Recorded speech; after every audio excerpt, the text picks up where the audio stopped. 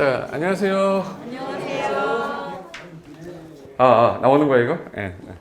되게 오랜만에 뵙는데, 처음 보는 분도 계시고, 혹시 저 아시는 분 있으시죠? 저 처음 보시는 분 있어요? 처음 보셨어요? 왜 그래요? 우리 가서 먹었잖아, 우리. 몇 잔을 먹었는데.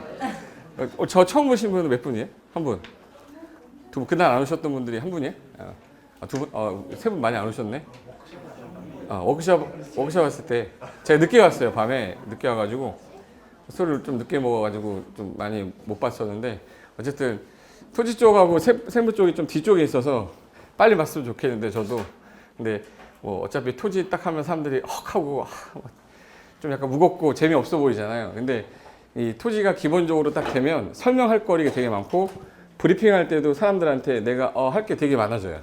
그러니까 지식이 많아지는 거니까. 일단은 교재는 제가 만들었는데, 이게 원래 그 큰 사이즈로 해야 되는데 출판사에서 잘못 알아듣고 A4로 한 거야. 그래서 글씨가 조금 작을 거예요. 작아도 그래도 갖고 다니기는 편하니까. 그래서 그 프린트해서 하면은 약간 뭐라고 하지, 좀 없어 보여. 또 내 이미지 안 맞는 것 같아서. 뭐 얼마 된다고 뭐 집 하나 파면 되는데. 그냥 웃자고 한 거예요. 그래서 거기 첫 장 넘기시면, 자 이제 거기 페이지가 막 적혀 있는데 글씨가 잘 안 나오면 중간에 사진 찍으셔도 상관없어요. 뭐 어차피 사진 찍은 거 갖고 어디다 유포하진 않을 거 아니에요. 그죠? 그래서 그냥 이런 게 있구나 하고 들으시면서 중간에 저거 좀 필요하다 그런 사진 찍어도 상관없습니다. 자, 오늘 첫날이니까 일단은 제목 타이틀을 뭘로 잡았냐면, 아무도 알려주지 않는 토지중개공법 실무 이렇게 잡았는데, 막상 여러분이 이 질문을 딱 받았을 때 내가 이제 답변을 해줘야 되는데, 질문이 토지는 진짜 막 사방에서 막 튀어나오는데, 단어를 처음 듣는 단어들도 막 질문하고, 어떨 때는 모르는 걸 갖고 질문해요. 근데 거기서 또 아는 척 하시면 안 됩니다. 모를 때는 모른다고 진짜 저 진짜 이 부분은 제가 나중에 알아보고 말씀을 드리겠습니다 이렇게 얘기하지 않으면 일이 점점 커져요. 뻥을 한번 쳐버리고 난 다음부터는 수습이 안 되기 때문에, 토지는 그래서 뻥 치는 분들이 되게 많아요. 모르는데 아는 척 했다가 중개 사고 생기는 거예요, 이거. 그래서 내가 솔직하게 모르는 건 모른다고 얘기하고, 이 부분은 제가 확인해보고 말씀을 드리겠습니다, 뭐 이런 형태로 가야지, 처음부터 이제 토지 쪽으로 들어오시는 분이 없다 보니까 제가 뭘 좀 알아야 될 거냐 해서, 여러분이 분명히 공법 시간에 배웠는데 실무에 어떻게 적용되냐 뭐 이런 거 제가 한번 설명드리려고 앞에다가 요거 써놨거든요. 뭐 제 소개는 안 해도 돼. 제가 그냥 그 인터넷에 저 치면 다 아시고 수업 다 들었던 분들도 계시니까, 중개사 공부하실 때 제 수업 들었던 분들도 있으실 거 아니에요. 그래서 그 과정의 연장선이라고 생각하시고, 아니 실질적으로 이제 어떻게 써먹겠다라고 생각하는지 그거 한번 보시면 돼. 저기 제가 중개업이 처음이에요라고 써놨는데, 일단 그 토지 중개하던 사람을 사례로 제가 한번 넣어봤어요. 평택에 고중계 씨라는 사람이 있었어요. 고중계라는 사람이 있었는데 궁금하게 생긴 거예요. 그래서 토지 중개를 어떻게 하면 잘할 수 있는가. 토지를 사려고 중개업소에 방문하는 매수 고객 성향은 대부분이 이제 땅 사러 딱 오잖아요. 그럼 대부분 딱 두 개예요. 일단 투자자인데 대부분이 들어올 때 좋은 땅 있어요 뭐 이런 식으로 얘기하지, 어느 땅 몇 번지 보러 왔어 이러지 않아요. 그러니까 목적 없이 들어와. 그래서 막연한 투자자거나, 또는 자기는 직접 건물을 지어보겠다, 개발하려고 하는데 한 몇 평 정도 되는 땅 좀 소개시켜 주세요 이렇게 들어오기 시작할 거예요. 그래서 실질적으로 이제 개발하려는 사람 두 개로 나눠지는데, 이런 사람 스트레스 장난 아닙니다. 막연한 투자도 있죠. 실컷 다 보여주고 난 다음에 연락 끊어져요. 그러니까 이제 딱 몇 번 대화해보고 아니다 싶으면 열심히 하지 마세요.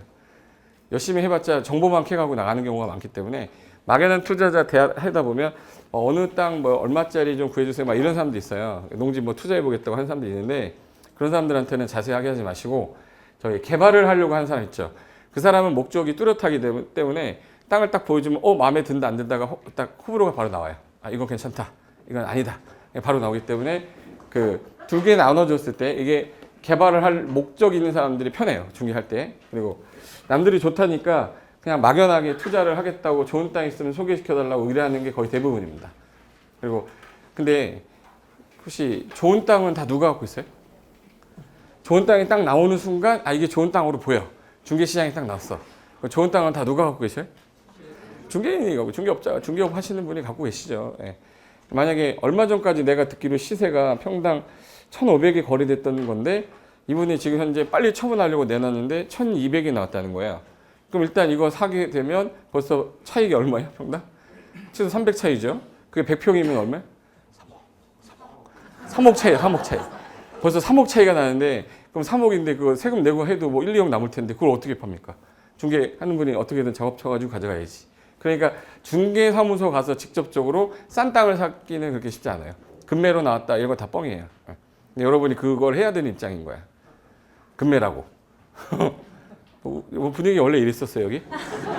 분위기 막 좋다고 내가 들었는데 술 먹을 때는 그렇게 막 이러더니 이제는 수업 듣다고 조용하네.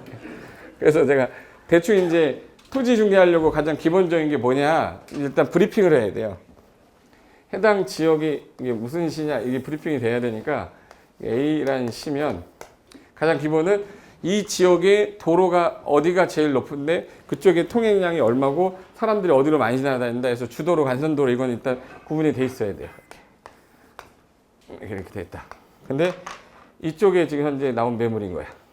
그럼 얘를 가지고 설명을 해야 될 거 아니에요? 그럼 여기 해당 지역의 주변에 일단 상권을 딱 봤더니 학교가 하나 있대요. 여기 학교가 있대. 초등학교 하나 있고 중학교 있어. 고등학교 있어요. 자, 저 땅 물건 나왔어요. 그럼 저 사람한테 투자용이 아니라 목적이 있으면 어떤 목적을 하는 게 좋습니다라고 설명해야지 이제. 뭐가 있냐면 초등학교, 중학교, 고등학교 있어. 뭐 하는 게 저기다 건물 뭐 짓는 게 좋을까요? 응? 일단 집을 지려는 사람이라면 집. 자, 집의 종류는 주택의 종류는 몇 가지다 총. 크게 나눴을 때 두 가지. 종류는 몇 가지? 8가지. 그래서 4개의 종류를 하나로 묶어서 우리 단독, 다중, 다가구 공간을 뭐라 부르죠? 단독주택. 아파트, 연립, 다세대, 기숙사 묶어서 공동주택이라 하잖아요. 그럼 이제 그 8개 중에서 저 뭐 하는 게 나을까요? 일단 설득을 시켜야 되잖아요. 이게 제일 좋습니다. 설득을 시켜야 돼. 이게 평수가 몇 평짜리면 40평짜리래요. 40평짜리인데 2종 일반 주거야. 설명해야 되거든요. 다른 정보 하나도 없고 도로에 붙어 있는데 40평짜리고 2종 일반 주거입니다. 그럼 이제 브리핑할 때 무슨 주택이 제일 좋겠네? 일단 물어봐야죠. 수익을 원하십니까? 아니면 자본 이득을 원하십니까? 이렇게 물어봐야지. 그럼 이제 수익형 부동산하고 단독주택하고 공동주택. 자, 일단 단독주택은 종류 몇 개? 4개. 오랜만에 여러분 자격증 따고 나서 아마 자격증 받는 날 뇌랑 자격증이랑 바꿨을 거예요. 뇌랑 자격증하고 교환이 됐을 거야. 기억 안 나죠? 네. 근데 우리 첫 번째가 무슨 순수한 주택? 단독주택, 다중주택, 다가구주택, 공관. 공동주택은 아파트, 연립, 다세대, 기숙사. 이거는 이제 여기까지는 다 하죠, 이제. 자, 이제 여기서 선택을 하는 거예요. 40평짜리 지금 현재 토지가 나왔는데 저거를 살려는 사람인데 혹시 수익형 원하세요? 아니면 예를 들어서 분양형 원하세요? 그럴 때 둘 중에 단독하고 공동 중에 어느 게 수익형 부동산이지? 수익형 부동산. 단독이죠. 얘는 수익형 부동산이고 얘는 대표적인 뭐예요? 분양형이죠. 네. 지어서 팔 거 아니에요. 근데 내가 대규모로 아파트를 짓겠다 이건 아니지. 40평에다 이거 지금 도라이라고 그러죠? 지어야 돼, 도라이. 자, 그 다음에 또 뭐 지어야 돼? 또 하나 지어야 돼. 연립 지어야 돼.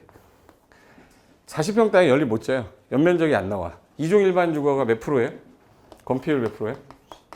60에. 서울시 같은 경우는 용적률이 200%예요. 250인데 시조례상 200%예요. 그럼 이제 딱 2개 나왔어. 건폐율 몇 프로에? 60%에. 용적률 200. 그러면 아무리 많이 줘야 몇 평 짓네? 40평에 2배 썼잖아요. 80평이 최대잖아. 연립주택은 뭐예요? 200평 초과하는 게 연립이잖아요. 지금 이제 우리는 공인중개사 공부할 때로 생각하시면 안 돼, 이제는 보자마자 저거 사야 돼 말아야 돼 이런 거 설명해야 되고 지어물건은 뭘 지어야 되지 맞고 이런 걸 얘기해야 될 사람이기 때문에 연립주택은 얼마 초과할 때 660 이하잖아요. 660이 200평이잖아. 330이 100평인 건 아시지 않습니까? 그럼 660이면 200평이잖아요. 얘 최대 줘봤자 몇 평 짓는데요, 지금? 대지에 2배 짓는 거니까 80평인데 200평 이상이 나올 수가 없잖아요. 그러니까 연립 지어라 그 뜻이에요. 제 말 이해되신 거예요? 그럼 이제 다세대는 지을 수 있고 기숙사는 아니겠죠? 남아있는 거 하나 딱 남았다. 다세대. 그 다음에 수익형을 원한다 그러면 뭐는 좀 적정하지 못하냐면 저기 청와대는 별로죠. 청와대 지워. 청와대 지워. 그 다음에 이제 단독 다중 다가구인데 수익형이라고 그랬잖아요. 뭐 지워야겠네? 단독 지어야 돼. 그럼 다중하고 뭐 남았습니다. 그래 이제 이 선택을 여기서 이제 하는 거야. 여기다 다중 짓는 게 좋을 거냐, 다가구 짓는 게 좋을 거냐, 다세대 짓는 게 좋을 거냐, 셋 중에 하나를 판단해야 되는데 지금 대지 평수 몇 평에? 자, 40평 땅에다가 뭐 짓는 게 나을까? 일단 이거부터 할게요. 수익을 원한다 그러면 다중 아니면 다가구죠. 근데 40평 정도 되면은 다중주택을 짓겠다 그러면 다중은 몇 개 층 이하로 짓고 3개층 이하로 짓고 그리고 바닥 면적 합계가 330제곱미터 100평 이하로 져야 되죠. 그리고 얘는 뭐가 하나 안 되는데 독립된 주거를 갖지 말라 그래서 뭐가 안 돼요? 취사가 안 돼요. 그래서 대한민국의 주택 중에 제일 위반 건축물이 많은 게 다중주택이에요. 다중주택은 문 열면은 뭐가 없어야 되는데요. 취사가 없어야 되는데 다 취사가 있어요. 다 그거 다 불법이에요. 예. 그리고 다가구 주택은 몇 개층 이하인데? 1개층 이하인데 바닥 면적이 660제곱미터 이하로 얘는 19세대 이하가 거주할 것 이 조건이었잖아요. 그럼 이제 저기 40평 땅에다가 이종 일반 주거를 적용했을 때는 다중하고 다가구 뭐가 좋냐 그러면 일단 다중이 더 나아요. 다중이 더 난 이유는 주차장 때문에 그래요. 예. 주차장. 40평 땅에다가 건물을 지었을 때 주차장이 제일 적게 소요되는 걸 찾아야 되거든요. 다중주택은 최대로 많이 져봤자 세대 주차장이 나오거든요. 세대 주차장이 나오는데 40평이죠. 예, 지금 현재 40평이면 제곱미터로 몇 제곱미터지? 40평이면 134. 그럼 134에 2배면 200 얼마죠? 268. 예, 주차장 2대면 돼요. 너 그거 어떻게 한 거야? 궁금하지? 안 궁금하세요? 예. 134인데 최대로 주면 2배잖아요. 그럼 134에다가 2배 하면 얼마야? 264니까 299까지가 2대예요. 300부터는 세대야. 그러니까 나는 이걸 외우고 있으니까 얘기한 거고 여러분은 그 방식을 알아야 되는데 우리나라는 주차장 기준이 단독하고 다중주택은 공식을 줬어요. 어떻게 계산하라고 주차장법에 써 있냐면 1 플러스 100분의 시설의 연면적 마이너스 150 돼 있어요. 이렇게 나왔을 때 땡점 땡땡이 나왔다. 그러면 둘째 자리는 버린다 이렇게 써 있어요. 법에. 둘째 자리는 뭐 한다? 버린다. 그리고 4, 4, 5, 2이라고 돼 있어요. 4, 4, 5, 2이니까 4 이하는 죽이고 5 이상은 올려라는 뜻이에요. 그럼 이제 최대로 줬을 때 만약에 2.49가 나왔고 2.87이 나왔고 3.14가 나왔고 2.17이 나왔고 1.24 나왔고 1.59 나오고 1.89 나왔어. 3.67 나왔어요. 그럼 이제 이 값이 나오면 몇 대인지 한번 계산해 보는 거예요. 몇 대짜리 버리자고 그랬죠? 두 대째 버려요. 그럼 버리면 4, 4, 5, 2죠. 그럼 4 이하는 버리니까 얘는 몇 대네? 2대. 얘는? 세대. 얘는? 세대. 얘는? 2대. 얘는? 1대. 얘는? 2대. 얘는? 예? 2대. 얘는? 4대죠. 이렇게 계산하는 거예요. 이렇게 계산하는 건데 지금 단독은 여기 다중주택은 아무리 많이 줘야 몇 제곱미터신데요? 330제곱미터가 최대라며요. 여기다가 330 넣어볼게요. 이제 얼마 나왔냐면 330에서 150 빼면 180이죠. 180이면 100분의 180이면 얼마지? 1.8. 1.8에다가 1 더하면 2.8이죠. 그럼 이제 올려야 되니까. 그러니까 다중주택은 세대 이상이 필요가 없다고. 그러니까 다중주택이라고 그러면 주차장은 세대면 충분한 거야, 최대가. 다가구는 10가구 졌다 그러면 10가구 지면 10대 나와야 되잖아요.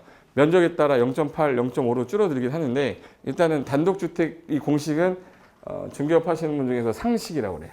이제부터 상식 하나 알고 가는 겁니다. 공식 하나 외우셔야 돼. 1 플러스 몇 분의? 100분의 시설의 연면적 마이너스 얼마요? 150. 그럼 그게 나온 값이 나오면 둘째 자리는 뭐 한다고요? 버려요. 그리고 4, 4, 5, 2 하시면 대수 나오는 거예요. 근데 제가 다가구 다중주택 한번 지어볼 테니까 보세요. 3층짜리로 줬어. 근데 면적이 되게 작은 땅에다가 진 거예요. 근데 만약에 100제곱미터로 한 거예요. 100제곱미터, 100제곱미터, 100제곱미터. 자, 얘 주차 대수 몇 대? 자, 다중주택 3층 줬고요. 바닥 면적 100제곱미터로 줬어. 자, 여기다가 몇을 넣으면 되는 거예요? 300 넣으면 돼요. 300 넣으면 150이죠. 150이면 1.5죠.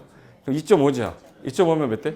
세대. 그럼 2.5면 세대인데 제가 선 하나 딱 그으면 두 대로 줄어요. 99로 하는 거예요. 99. 뭘로 바꿨어요? 99. 1제곱미터 줄이면 얘 두 대입니다. 지금 못 알아듣는지 안 들었는지 보여줄게요.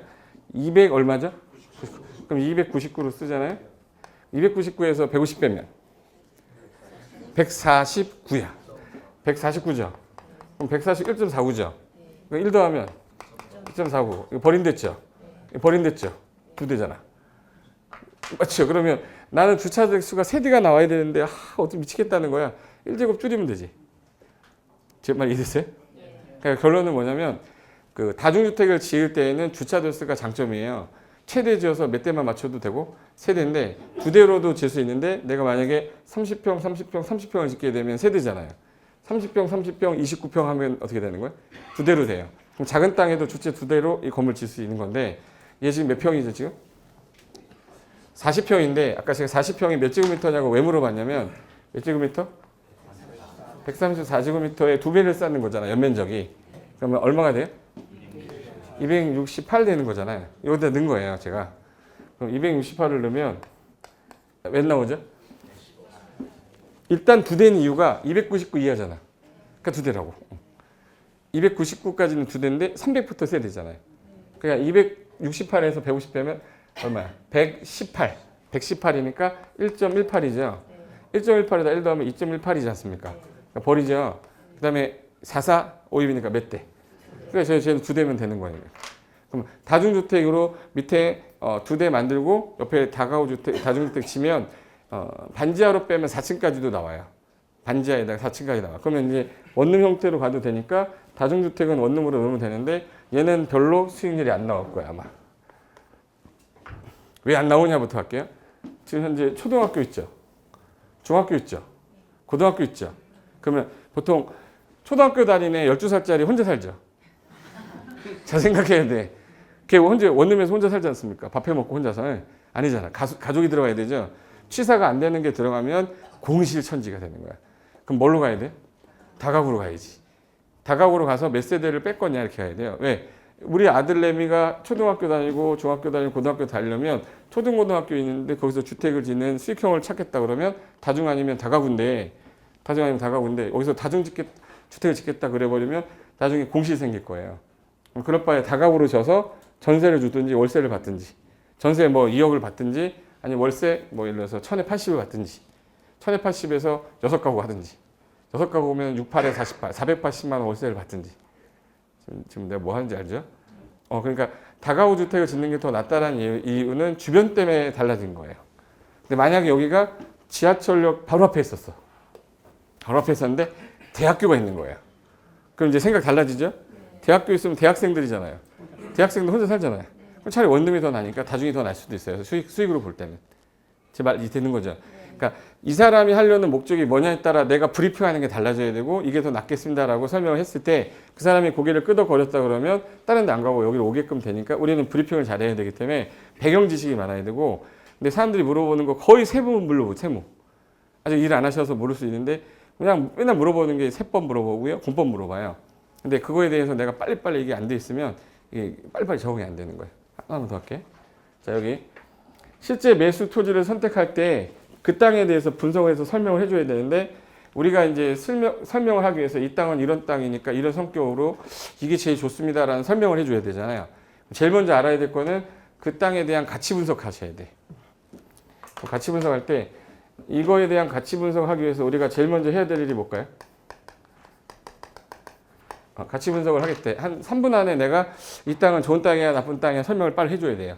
근데 그 고객은 이미 그걸 한 달 전부터 계속 파고 온 사람이야. 근데 문을 딱 열고 나서 물어봤어요. 여기 나온 땅 어때요? 막 이렇게 물어봤는데 그 사람은 예전부터 이 동네에 뭐가 들어오고 뭐가 들어온 걸 다 정보를 알고 들어온 사람이야. 근데 나는 이 물건을 처음 보잖아, 방금. 지금 현재 번지가 뭐냐고 딱 봤더니 묻는 순간 이 사람한테 번지를 딱 듣고 아, 이 사람한테 뭐 할 거예요? 라고 물어본 다음에 이게 되는지 안 되는지 빨리 분석해야 되잖아요. 제가 무슨 말인지 알죠? 근데 이 사람은 이미 뭐가 될지 안 될지를 알고 온 사람일 수도 있어요.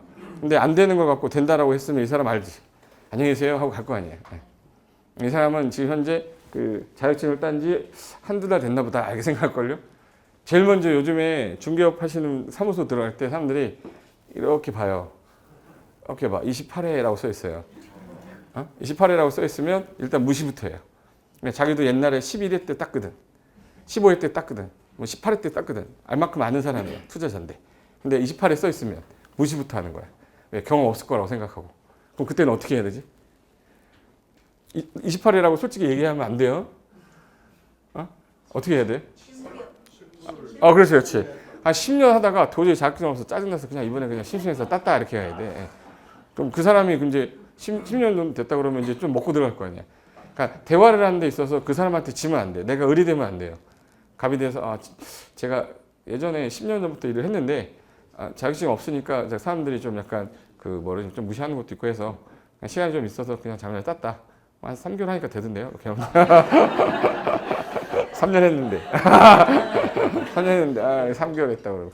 그렇게 넘어가는 거야. 웃으면 넘어가고 그다음부터 그 사람을 내가 이제 내 고객으로 만들기 위해서는 원하는 게 뭡니까? 그거 하시려면 어디가 좋은데 그 물건 한번 볼까요? 이렇게 스무스하게 가야 되는데 토지가 그게 안 돼요. 딱 물건 갖고 오는 순간 탁 막혀요. 뭐라고 하지? 내가 갖고 있는 물건 토지 딱 2개 있는데 이 사람이 원하는 거랑 맞을까? 머릿속에서 생각 막 하는데 그거를 빨리 하려면 3분에서 5분 안에 내가 가치 분석을 빨리 해야 되기 때문에 제일 먼저 분석할 때 제일 먼저 해야 될 일이 있어요. 1번으로 해야 될 일이 뭘까요? 제일 먼저 넘버 1으로 이거부터 해야 돼. 마치면 내가 이 책 하나 더 줄게. 어차피 책 필요 없는데. 네, 힌트를 줄게요. 힌트.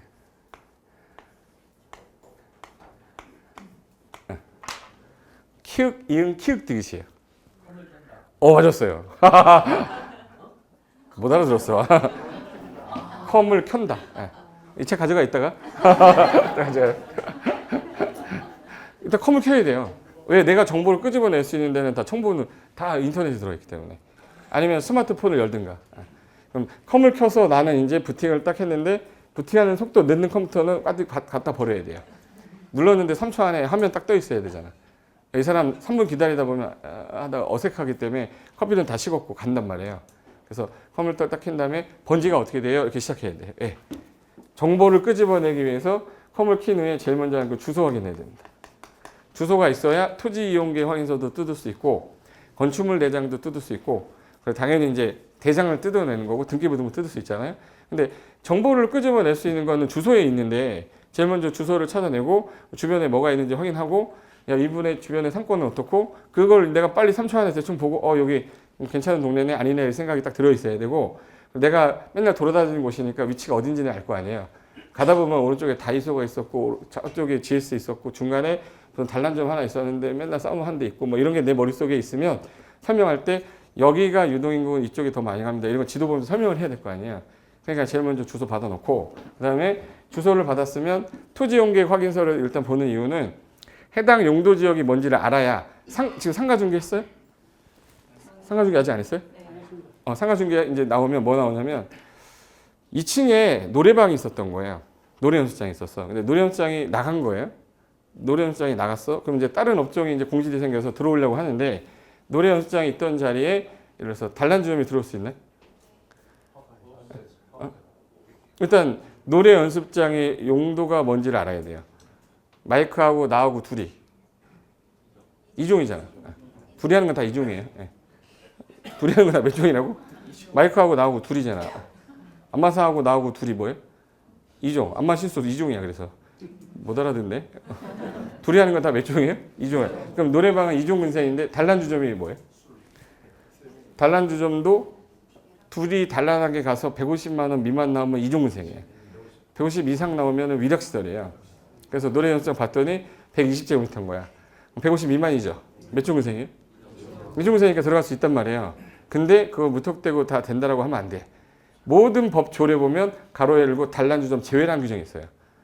지자체도 그렇고 조례상 다 허용하는데 이종일반주거에서 단란주점만 하지 마 이렇게 돼 있는 데가 많아. 그러니까 무조건 된다라는 보장이 없는 거예요. 그래서 거기에 해당 지자체 조례 꼭 보고 이종일반주거 지역인데 단란주점하고 안마시설 제외 이런 말이 써 있어요. 이종이 되게 많지 않습니까? 여러분 1종, 2종 구분하셨죠? 1종 근린생활시설하고 2종 근린생활시설 많아서 주로 1종 외우셨어요? 2종 외우셨어요? 포기했지. 1종 근린생활시설이 좀 작은 거고 약간 큰 게 2종 근생이지 않습니까? 그래서 1종 근린생활시설이 휴게 음식점 1종 근생, 일반 음식점은 2종 근생. 휴게 음식점이 아이스크림 300원이라 300원 미만이면 1종, 300 이상이면 2종이에요. 바다 면적이 320이다. 그럼 몇 종 근생이? 2종 근생이에요. 그럼 2종 근생이 되냐 안 되냐 이게 되게 중요한 거란 말이에요. 예를 들어서 여기 쭉 갔더니 여기가 일반 주거고 전용 주거예요. 여기 토지가 나왔는데 상가주택을 짓 건데 1층에다가 그 요즘에 그 뭐라 그러지? 꼬치만 전문으로 하는 그런 술집 있죠. 뭐지? 이자카야 같은 거. 이자카야 같은 걸 하겠다는 거예요. 그래서 이자카야가 되냐? 이게 잘 알아, 이자카야? 갔다 왔지, 자기네. 예, 1층에 이자카야를 하겠다는 거예요. 이자카야가 술 판매하는 업종이잖아요. 술 판매 업종은 몇 종 근린생활시설이? 2종이에요, 2종.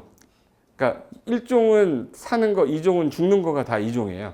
술 먹고 죽어요? 커피 먹고 죽어요? 그래서 죽는 건 다 2종이니까 술 판매는 2종 근생이에요.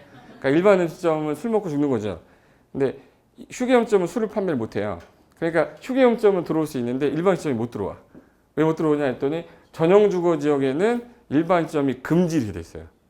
그럼 내가 지금 현재 1종 전용 주거 지역인 땅에다가 2종 전용 주거 땅에다가 다가구를 졌는데 1층에다가 음식점을 넣겠다. 삼겹살집을 넣겠다. 못 넣어요. 용도 지역이 안 맞아서 못 들어가는 거야. 주차장, 소방 이게 아니에요. 그리고 일단 이게 만약에 2종 일반 주거였다 그럼 되겠죠. 되는데 단란주점이라는 게 들려면 얘는 또 이제 불이 났을 때 화재 관련된 것 때문에 피난 계단이 또 있어야 돼. 계단이 몇 개냐 뭐 이런 게 또 달라지기 때문에 중개업을 할 때 상가 중개를 하려면 공법이 필수예요. 최소한 알아야 될 게 건축법이에요. 최소. 소방법, 주차장법 이게 들어가는데 토지는 이미 상가 뭐 다 해야 되기 때문에 그 내용을 다 할 수는 없잖아. 그래서 그 일부는 제가 그 상가 선생님한테 다 넘기는 거고 제가 얘기하는 건 이제부터 전용 주거 지역 땅에다가 지을 때 뭐 짓는 게 좋을 거냐 그걸 찾는 방법을 배워야 돼요. 여러분은 외우지 않아도 돼요. 저는 강의를 해야 되니까 외운 거고 1종 전용 주거에 허용이 되는 건축물의 종류 1. 뭐가 될 것 같아요? 1종 전용 주거에 가능한 거. 주택 중에서 단독주택밖에 안 돼요. 공동주택이 안 돼. 순수 단독인데 단독, 다중, 공간만 돼요. 다가구는 안 돼요. 그리고 슈퍼마켓, 미용실, 미용원, 이용원, 접거론, 침수로 한의원 그리고 그런 것만 돼요. 그리고 이제 그리고 어떻게 하는 게 없어. 몇 종 전용 주거에서는? 1종 전용 주거에서는. 근데 1종 전용 주거 지역을 여러분이 자주 볼 일이 있을 것 같아요? 여기 서울 아니신 분 있으십니까? 난 서울에 살지 않는다. 몇 분 있으시죠? 그러면 이제 서울에 사시는 분들 입장에서는 전용주거 볼 일이 거의 없어요. 성북동하고 저희 평창동하고 몇 군데 아니면 1종 전용주거라는 땅이 아예 없어요. 그러니까 여러분이 중개를 하든 투자를 하든 1종 전용주거를 만날 일이 거의 없어요. 그럼 내가 정확하게 알고 있어야 되는 건 제일 많은 땅을 알고 있으면 되겠네. 제일 많고 거래를 제일 많이 할 땅에 대해서 빠식하게 알고 있으면 나머지 몰라도 내가 중개하는데 전혀 지장이 없어요. 그러면 대한민국 땅 중에 지워되지 이제 이 공식은 좀 기억 좀 해두세요. 자, 중간중간에 계속 할 건데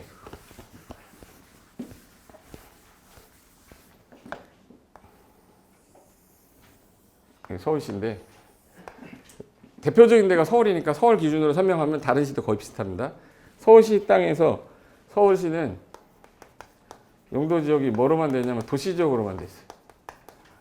관리지역, 농림지역, 자연환경 보존지역이 없어요. 도시지역이면 뭘로 나눠지지?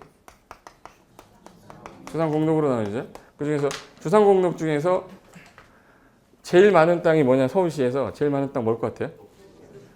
주거지역이에요. 주거지역이 50%입니다. 그 다음 많은 거 녹지야. 한 개를 못 맞춘다고 해요. 그 다음 많은 게 뭐 같아요? 한 개를 못 맞추 공업이에요. 4%예요. 어떻게 한 개를 못 맞추냐? 제일 많은 게 주거지역이고 두 번째로 많은 게 녹지고 그 다음 많은 게 상업하고 공업이에요. 근데 결론부터 얘기할게요. 제일 많은 땅이 무슨 지역이다? 주거. 그 다음이 녹지예요. 그러면 제일 적은 게 뭐네? 그럼 상업지역이 제일 땅값이. 그렇죠. 적으니까 제일 비싼 거야. 예. 근데 외곽이 이렇게 개발제한구역이거든요.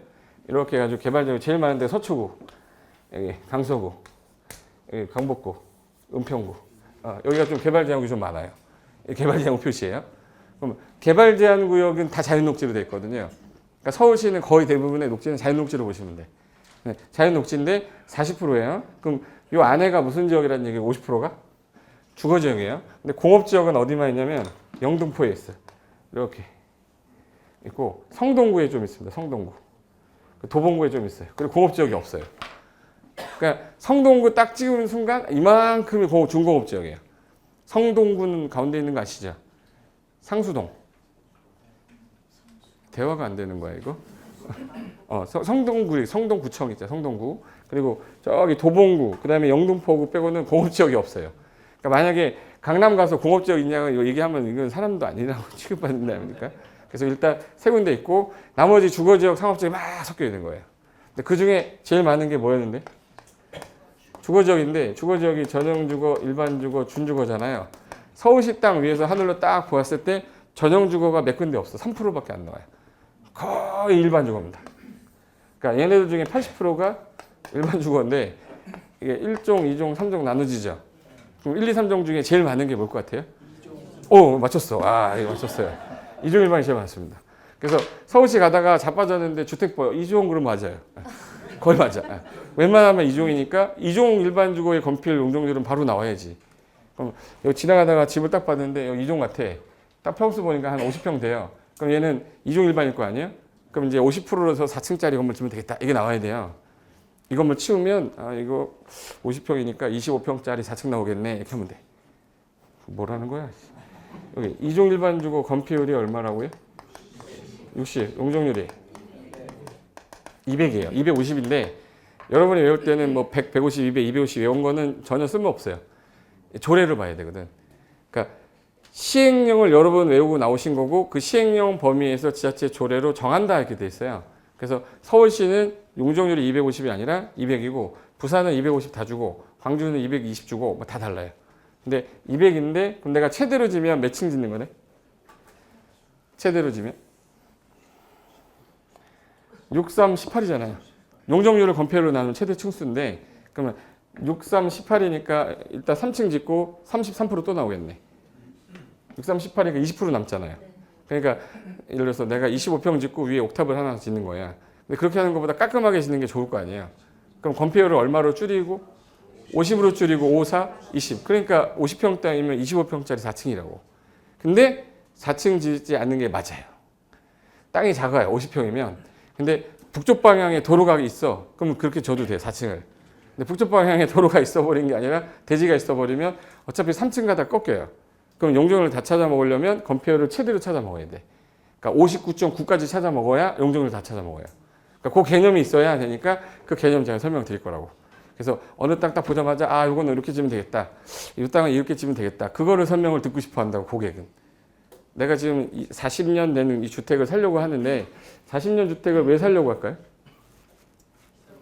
새로 지려고 하는 거야. 근데 이 건물 튼튼하다고 금도 없다고 그러고 그런 설명하면 안 되지. 그 사람은 철거할 사람인데 철거할 사람이니까 그 건물이 없다고 설명을 들어가야 돼요. 이 건물을 딱 밀어버리고 나대주로 밀면 이 북도를 물고 있기 때문에 일조 제한을 덜 받아서 4층 올려도 되는데 지금 현재 이 땅은 북도로가 아니라 남도로 끼고 있어서 일조 제한상 3층이 들어간다. 3층 이후부터. 그러니까 용적률을 잘 찾아 먹으려면 건폐율을 최대로 빼고 어차피 용적률 죽으니까 계단식으로 들어갈 수밖에 없다. 뭐 이런 설명을 해줘야 되는 거예요. 그런 거 하려고 이거 실무 이런 거 배우는 거예요. 그러면 이 내용을 한번 제가 써놓은 거 한번 읽어보시고 어디 갔지?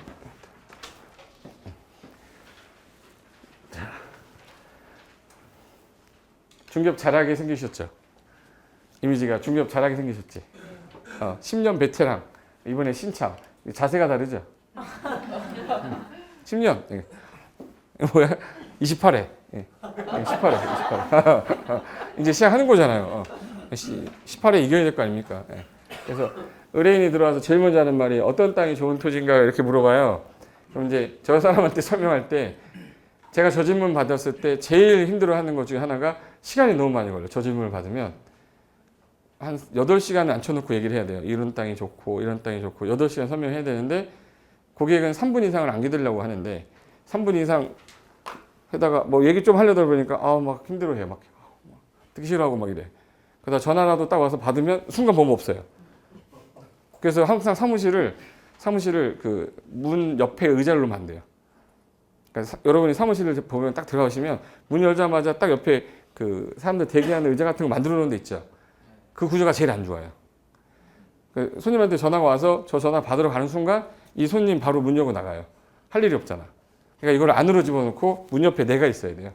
나가면 다리라도 걸 거 아니에요. 이렇게 다리 걸면서 잡아야 되는데 이게 사람이 나가면 못 잡아요. 부를 수도 없기 때문에. 그러니까 내가 중간에 대화를 하다가 중간에 3초나 한 5초 정도의 정적이 막 이렇게 흐르는 경우는 그 사람이 모른다거나 당황했을 때거든요. 그래서 제가 어떤 땅이 좋은 땅이야 이렇게 저한테 물어봐요. 정식으로 부탁드리겠습니다. 한 번만 저한테 물어봐 주세요. 어떤 땅이 좋은 토지인가요? 하나 둘 셋 한번 하는 거예요. 하나 둘 셋. 어떤 땅이 좋은 토지일까요? 예, 이거 질문을 내가 딱 했잖아요. 질문할 때 내가 이거 듣고 바로 한마디 해요. 한마디 하면 3초간 대답이 없어요. 자, 이제 다시 할게요. 자, 우리 연습했던 데 그대로 상황 연출 그대로 하겠습니다. 한 번만 부탁할게요. 하나, 둘, 셋. 어떤 땅이 좋은 토지일까요? 뭐 하실 거예요? 생각이 안 드는 거야. 물어봤어. 분명히 자기가 물어봤어요. 어떤 땅이 좋냐? 그래서 그 땅 사서 뭐 하실 거예요? 그러잖아요. 생각이 없었던 사람이에요. 질문 자체를 하는 사람한테 그렇게 물어보면 생각이 없는 사람은 3, 4초 동안 한마디 안 하다가 좀 있다가 좀 사면 오르지 않겠어요? 이렇게 언급을 해요. 사면 안 오르는 땅이 어딨어? 다 오르지. 뭐 100년 걸리는 거, 200년 걸리는 게 있잖아. 1년 걸리는 것도 있고. 금액이 다 다르다 보니까 제 생각에는 그래요. 일단 어떤 땅이 좋은 땅이냐라고 딱 물어보면 그러면 살려는 목적이 뭔데요? 라고 그러면 8시간이 일단 10분으로 줄어요. 내가 내용을 얘기할게. 제가 지금 현재 하려는 목적은 전원주택 부지를 지금 찾고 있습니다. 라고 했어요. 그럼 용도지역도 끝났어. 용도지역이 도시지역이 낫까요? 도시 밖이 낫까요? 이제 끝났어요. 도시 밖에 관농자 중에 찾으면 돼. 도시 안에 전원주택은 비싸서 못해요.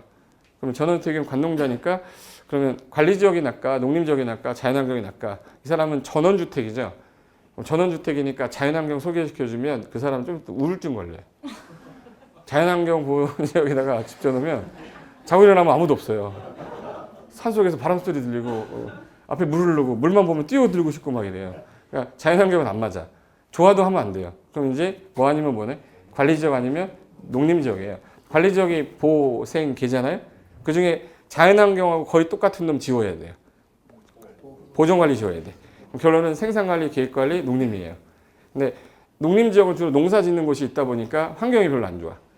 근데 가격은 싸긴 싼데 뭐라 그러지? 마을 사람들이 이제 농사를 짓는 사람들이 이주로 돼 있기 때문에 그 마을로 들어간다 그러면 상관이 없는데 농림지역을 산속으로 들어갔다 그럼 또 조용해진단 말이에요.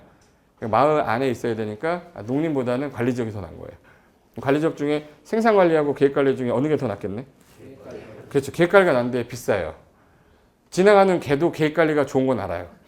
하도 많이 들어가지고 학원 주변에 개도 뭐가 좋냐 그러면 계획관리 그래요. 개도. 계획관리가 좋다는 거 개도 아니까 그거 사면 안 되는 거예요. 왜? 가격이 올라가 있잖아. 수요자가 많고 원하는 사람이 많기 때문에 가격은 피가 붙어 있기 때문에 생산관리가 오히려 더 나아요. 그러니까 전원주택은 생산관리가 훨씬 더 좋아. 대신에 2배를 사야 돼요. 나는 몇 평을 사야 되냐? 그러면 생산관리면 몇 평 사면 되겠네? 이거부터 가야 되죠. 전원주택은 거의 몇 평 정도 짓는 걸 가장 선호하냐? 이걸 알면 돼 이제. 그 사람들이 제일 선호하는 평수가 40평이에요. 그러니까 얘는 안목치수가 아니라 외부선을 기준으로 하기 때문에 우리 아파트는 안목치수거든요.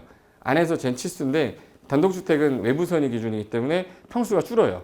그러니까 32평짜리 지으려면 40평 정도 지어야지 나와. 그러니까 몇 평을 선호할 수밖에 없어요? 건축면적 40평을 선호해요. 그 이제 결론 나온 거지. 그러면 전원주택 원하시는 겁니까? 그러면 생산관리 200평이 딱 맞겠네요 라고 얘기하시면 되는 거예요. 생산관리 지역은 건폐율이 20이잖아요. 100평 사면 20평 짓잖아요. 제 말 이해 되는 거죠? 200평을 사야 40평을 지을 거 아니에요. 그러니까 200평 이상이 돼야 되는 거예요. 근데 계획관리는 몇 평만 사도 되겠네? 100평. 건폐율이 40%니까. 그러니까 우리가 배웠던 거를 응용하는 거예요, 그냥.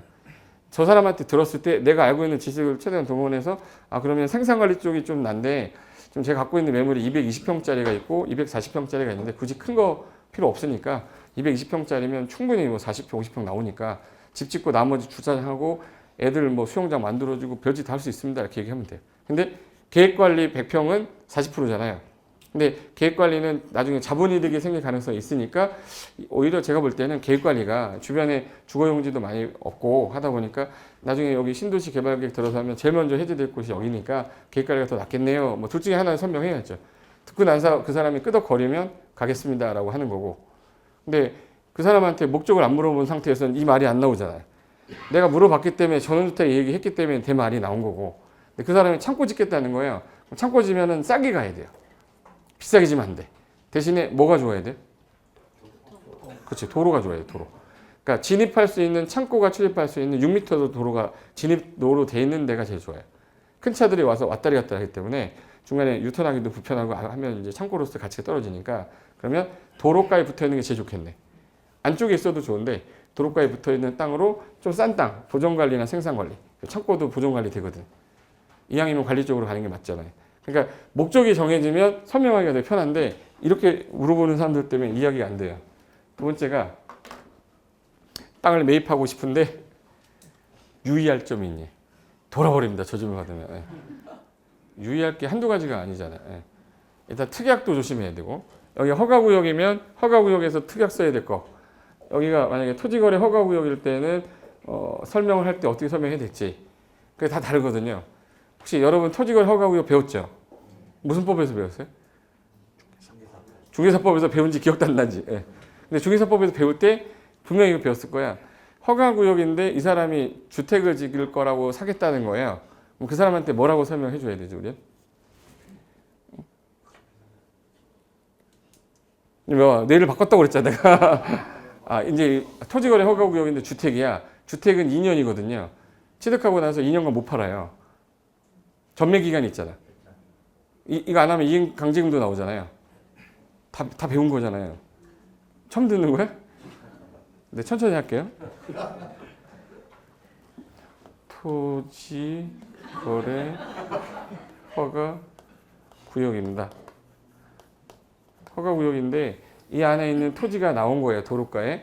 근데 이 사람이 이거 주택 용지로 쓰겠다고 하는 거예요. 이 사람한테는 주택으로 주택 목적으로 취득을 하셨으면 아니 주택이 있는 걸 사셨으면 일단 2년 동안 못 파는 거예요. 의무 기간이 2년이니까. 근데 이 사람이 물어봤더니 그 신도시 발표나면 한 6개월 있다 팔 거라는 거야. 그러면 아유 괜찮다고. 6개월 뒤에 팔 수 있다고 이렇게 해야 돼? 아 그렇게 하면 안 됩니다. 이후 2년 동안 안 파시면 그 2년 뒤에 예를 들어서 이 사람이 목적대로 이용 안 하고 그냥 갖고만 있을 수도 있잖아요. 그냥 현상 보존이라든지 그냥 유지만 하고 아무도 안 들어 살았어. 그냥 방치해 놓은 거야. 방치하면 몇 프로 나오죠? 나 미치겠네. 방치 몇 프로 나와요? 10%. 방치 10% 나오잖아. 오용이 5%잖아. 오용. 이용 목적으로 이용하지 않은 거 오용 5%고 방치 몇 프로에? 10%. 이거 배웠을 건데.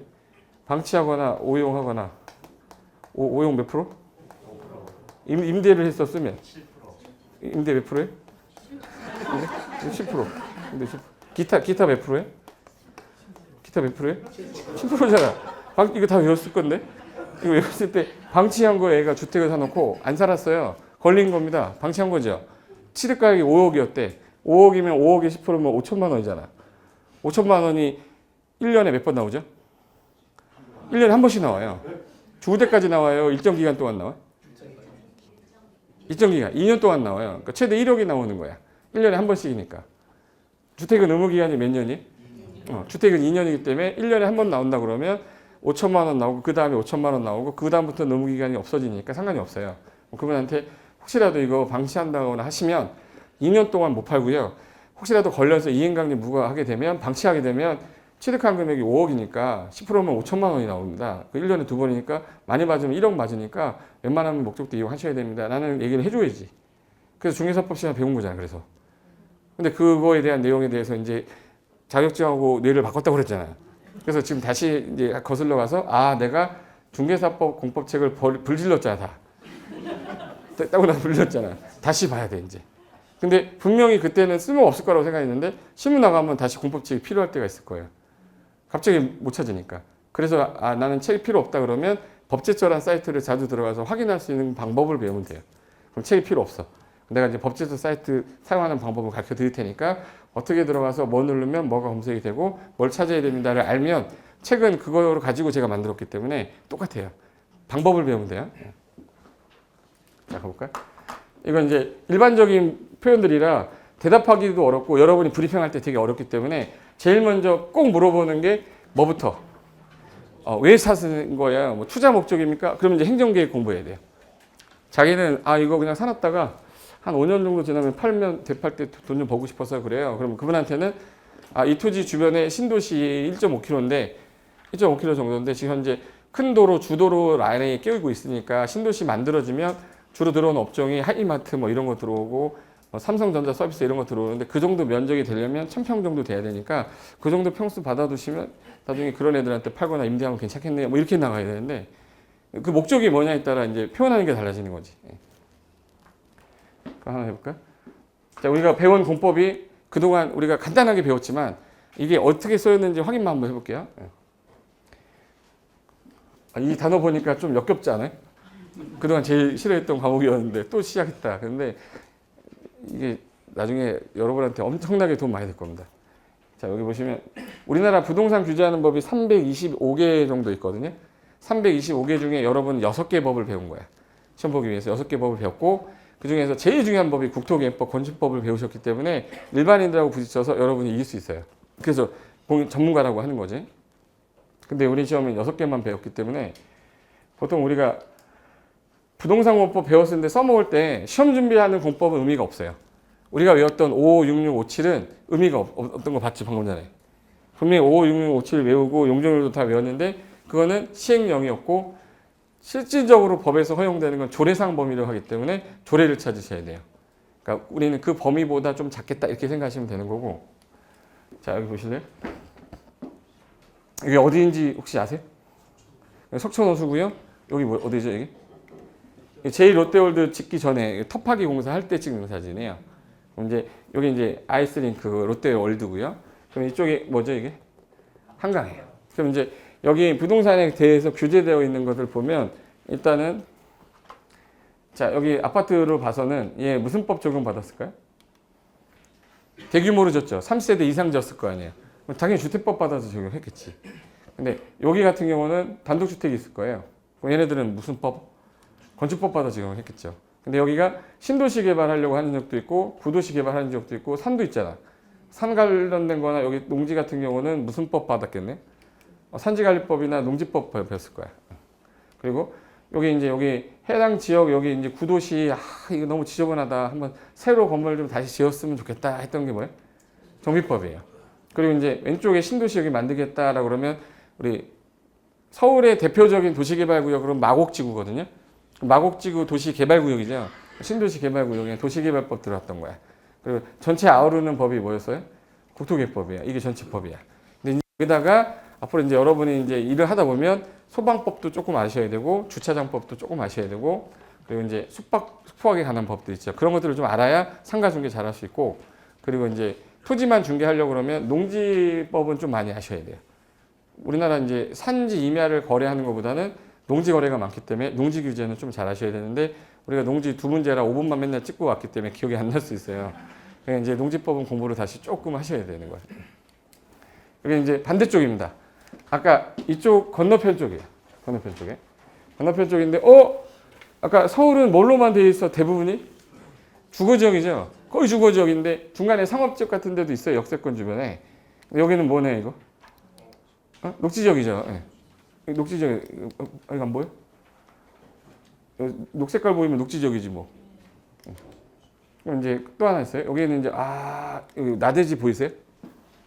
응? 온통 나대지 보여 이거? 이 온통 30년, 40년 된 건물들 아니고 이게 나대지로 보여야 된다고요. 저게 내 눈에 나대지야라고 보이면 이제부터 조금. 그리고 저기는 이제 새로 지은 거죠. 재건축해서 나대지고 그리고 앞에는 이제 재건축하는 아파트고 그럼 이제 요거 싹 밀어서 이제 재건축 재개발할 건데 이걸로 둘러싸여 있는 지역 동네고 여기 보세요. 코엑스라고 혹시 아십니까? 코엑스가 있고 우리가 지금 현재 여기 있잖아. 지금 강남 제가 좀 전에 오전에 선릉에 있다가 왔거든요. 선릉 강의 끝나고 이제 지하철 2정거장밖에 안 되는데 죽는 줄 알았어. 사람들 많아가지고. 아저씨도 술 먹어가지고 막 붙어있는데 막 냄새가. 근데 이 동네가 삼성동 하면 떠오르는 거게 이제 옛날에 그 여기가 이제 서울시로 따지면 서울의 중심부가 어디였냐면 우리 옛날에 70년대 중심부 어디였죠? 종로 중구잖아요. 이게 도심이었었어요. 그리고 70년대 우리나라가 못 사니까 정부가 제일 많이 한 게 잘 살아보세요 하면서 드립다 한 게 우리나라 사람들을 뭔을 갖고 있어요? 젓가락 문화니까 손가락 잘 쓰잖아요. 그래서 이 사람들을 이용할 수 있는 방법은 공장을 짓자예요. 그래서 우리나라가 제일 잘했던 게 지금 베트남이 하는 거 우리가 했었잖아요. 뭐 신발, 섬유, 뭐 가죽, 뭐 옷, 뭐 이런 거. 그건 전부 다 어디서 했어요? 영등포에서 했단 말이에요. 그리고 여기는 농사 졌단 말이에요. 근데 이게 70년대 넘어오고 80년대 넘어가면서 인구가 자꾸 일로 다 몰리니까 안 되겠다. 새로 개발을 할 지역이 필요한데 그러면 이 도심 외에 부도심을 하나 더 만들자 해서 여기 영등포 있죠. 영등포의 동쪽이면 뭐죠? 그래서 영동지구 개발한 거예요. 그래서 이걸 나눠놓고 영등포 오른쪽을 개발해보자 하면서 구획 정리한 곳이 이게 강남지구 개발이거든요. 70년대. 저 강남 개발할 때 여기 다 뻘밭이었어요. 그냥 뻥밭이었는데 여기다가 이제 인구를 데려 오려면 아파트 지어야 되죠. 아파트 지어야 돼. 근데 아파트 지었을 때 애들이 가야 말이지. 왜? 일로 가게 되면 학교가 없어요. 그러니까 일단 얘를 좋은 학교 달로 보낸 거죠. 대표로 갔던 게 경기고등학교. 저기 경기고등학교예요. 경기고등학교 뭐 대보성이라고 아세요? 대보성? 보성고등학교 몰라요? 대보성이라고 있어요. 해화동에 있던 거 옮기고 그러면서 이쪽이 이제 1, 2, 3, 4, 5, 6, 7, 8학군이거든요. 이거 좋은 학교 다 보내고 애들은 가고 엄마는 가는데 남자들이 안 오니까 술집을 다 보냈어요. 그래서 청남동, 신사동에 술집 보내면서 세제 혜택 준 거예요. 세금 면세하겠다. 그러니까 좋은 술집이 다 일로 가 있으니까 아빠는 여기서 술 먹고 엄마는 여기서 자고 애들은 여기서 공부하고 딱 좋은 거예요. 그래서 여기다가 이제 영등지구 개발을 하면서 제일 먼저 보냈던 게 경기고등학교인데 이 경기고등학교예요. 앞에가 삼성동 아이파크인데 전지현 사는데 전지현 권상우 있죠. 권상우 사랑은 돋아오는 거야 하는 애 있잖아. 권상우하고 또 누구 있더라? 또 기억이 안 나. 연예인 되게 많이 살아요. 저 평수가 웬만하면 50평이거든요. 50평짜리가 23억 32억인데 저게 원래 지을 때 두 동으로 지으려고 그랬어요. 여기가 한강이라. 그래서 여기 원래 이렇게 올라오고 이렇게 올라오는데 한강 조망권에 걸린 거야. 그래서 두 동을 내려다 보니까 세 동이 된 거거든요. 그래서 올림픽대교 운전하다 보면 제가 제일 많이 걸릴 거야. 제일 높은 건물이라서. 근데 여기저기 경기고등학교 옆에 땅 물건이 의뢰가 왔던 물건인데 여기 단독주택 지역이죠. 그러니까 여기가 이제 삼성동 아이파크고요. 이 건너편 경기고등학교, 그 다음에 여기가 이제 그 단독주택만 쫙 있는 도시인데, 요 건물이 나왔던 거예요. 이 땅이. 그 혹시 강남, 삼성동 평당 얼마라고 그러죠? 평당 토지 가격? 5천에서 6천 정도 하는 데인데, 삼성동은 더 비싸요. 볼까? 요 물건이었었는데, 이 물건. 1번인데, 지금 현재 얘가 얼마에 거래됐냐면 56억에 거래됐죠. 56억에 거래돼 평당 4,200만 원에 지금 잘 보세요. 이게 지금 현재 토지당 면적 가격이 제가 확인해 보니까 4,200만 원에 거래됐는데 2017년 8월에 거래된 거예요. 제가 12월 달에 의뢰받은 거야. 그러니까 2017년 8월이면 몇 개월 전인데? 4개월 전에 산 거잖아.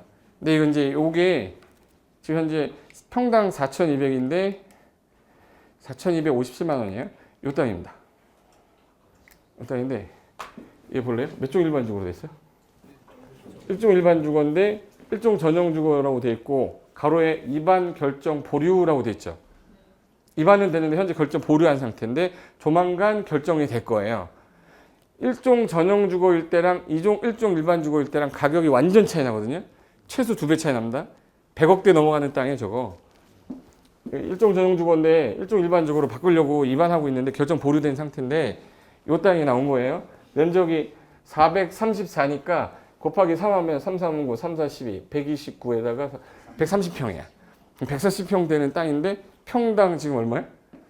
4,200이니까 56원 맞죠. 근데 131평? 그럼 요 땅에다가 그럼 내가 일종 전용 주거일 때 건물 지을 때랑 일종 일반 주거로 바뀌었을 때랑 건물 지을 때 두 개 차이점이 있어요. 어떻게 차이점이 있냐? 자, 일종 전용 주거는 여기 서울은 건폐율 50에 용적률이 100이에요. 그럼 이제 130평으로 간단하게 계산하면 몇 평 질 수 있는 거지? 50%면? 65평 써있잖아. 보고도 대답 못해. 다 써놨어 나는. 예. 그럼 65평인데 건물 몇 층 질 수 있냐면 용적률이 100%니까 5, 2, 10이니까 2층 최대 짓는 거잖아요. 그럼 건물 질 때 여기다가 최대 몇 평을 지어서 65평 지어서 몇 층 져? 2층. 그래서 건물 지면 이렇게 나와요. 65평짜리, 65평짜리 이렇게 나와요. 이게 일종 전용주거일 때예요. 지금 일종 전용주거예요. 근데 뭐로 바뀐다고요? 일종 일반적으로 바뀌면 건폐율이 60에 용적률이 200으로 바뀌어요. 그럼 용적률이 2배가 된다고. 그럼 이종 일반 넣어볼게요. 건폐율 60에 용적 200인데 얘랑 비교하기 위해서 건폐율을 50으로 할게요. 그럼 50으로 하면 5, 4? 5, 4? 20. 그럼 4층짜리 건물 되잖아. 근데 1조 제한 때문에 제가 아까 3층까지 올라가다가 4층에서 들어 안 됐죠. 약간은 죽어요. 그래서 원래는 일종 전용 주거일 때 최대지면 65평짜리 2개 짓거나 뭐 32.5평 해가지고 4층 줘도 돼요.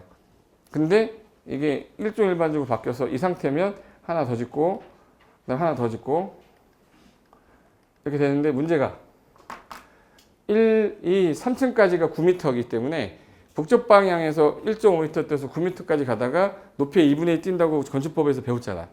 그게 그대로 써먹어요. 이쪽이 북쪽이야. 이쪽이 근데 대지예요. 1.5m 가다가 몇 m까지 가다가 9m까지 쭉 가다가 그 다음에 얘가 들어가 이렇게 들어가. 그러면 이 부분은 날아간 거예요. 어쩔 수 없어. 그럼 이제 이 건물 짓는 거거든요. 그럼 당연히 일종 전용 주거일 때 값보다 얘가 2배 정도 꽉 채우지 못했는데 제가 볼 땐 지을 수 있어요. 예, 원래대로 이렇게 지을 수 있어. 왜? 북쪽 방향에 도로 물고 있거든. 오른쪽이 무슨 쪽이에요? 동서남북이에요. 모든 도면은 동서남북이야. 또 거기 나침반 돌리고 막 이러면 안 돼요. 항상 도면이 동서남북인데 위에가 무슨 쪽이에요? 북쪽에 도로 끼고 있잖아요. 그러니까 얘는 4층 그대로 진다고. 그러면 기존에 일종 전용 주거일 때 값보다는 그래도 최소 2배는 나올 거 아니에요. 그러니까 이런 땅은 사도 되는 거라고요. 제 말 이해되는 거예요?